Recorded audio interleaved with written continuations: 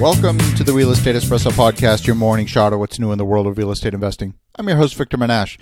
This is the weekend edition, but it's also the first of the month. Today's June 1st, and on the first day of each month, we feature a new book in our Book of the Month episode. In order to be considered for Book of the Month, the book has to meet a very simple criteria. It has to be impactful enough that it will change your life or your perspective on the world. Whether it does or not, of course, is entirely up to you. You might read the book and comment on what a great book it was, but if you don't internalize the book and its message and make it part of you, you're totally missing the point. The book this month is The War of Art by Steven Pressfield. This book describes in mythical terms the different forms of resistance that prevent you and I and most people from achieving their creative potential. In the book, he describes the different forms of resistance that systematically seek to undermine creative work. They include rationalizing, fear and anxiety, distractions, the inner critic. These ego-driven saboteurs prevent you from getting down to the business of fulfilling your calling. In The War of Art, Steven Pressfield shows how to get into a flow by being in the present moment and losing yourself in the doing. You cannot be doing and thinking about the doing at the same time. If you're thinking about doing, you're not doing. The secret is not to ignore the fear. You need to dance with the fear. Steven Pressfield writes, "If you're overwhelmed with dread, that's a good sign.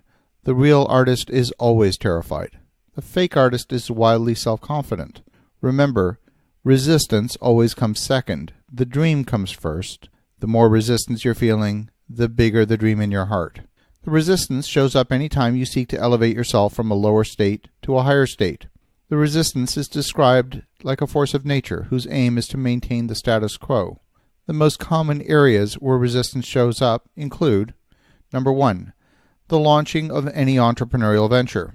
Number 2, any diet or exercise regimen. Number 3, any program of spiritual advancement. Number 4, any activity whose aim is tighter abdominal muscles. Number 5, any course of program designed to overcome an unwholesome habit or addiction. Number 6, education of any kind. Number 7, the undertaking of an enterprise whose aim is to help others. And number 8, any act that entails commitment of the heart, such as a decision to get married or have a child.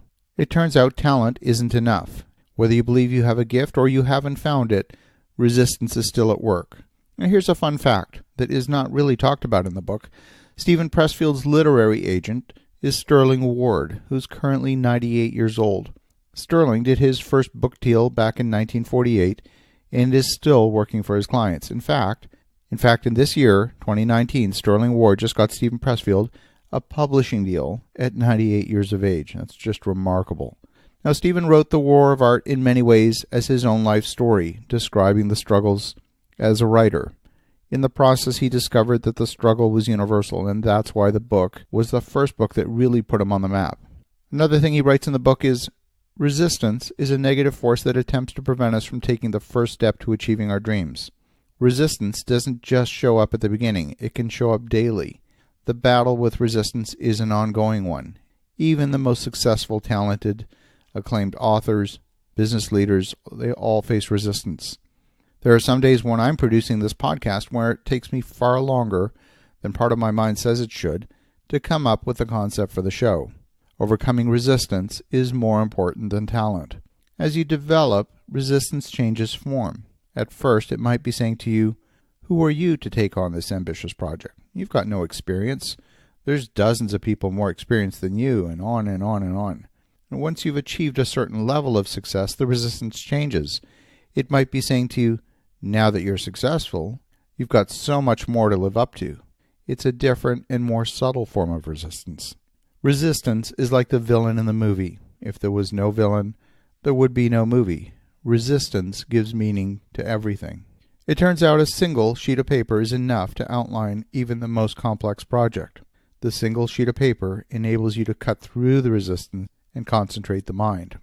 If you've been struggling to get something started or get something completed, then The War of Art is for you. It's not a new book. It was originally published back in 2002.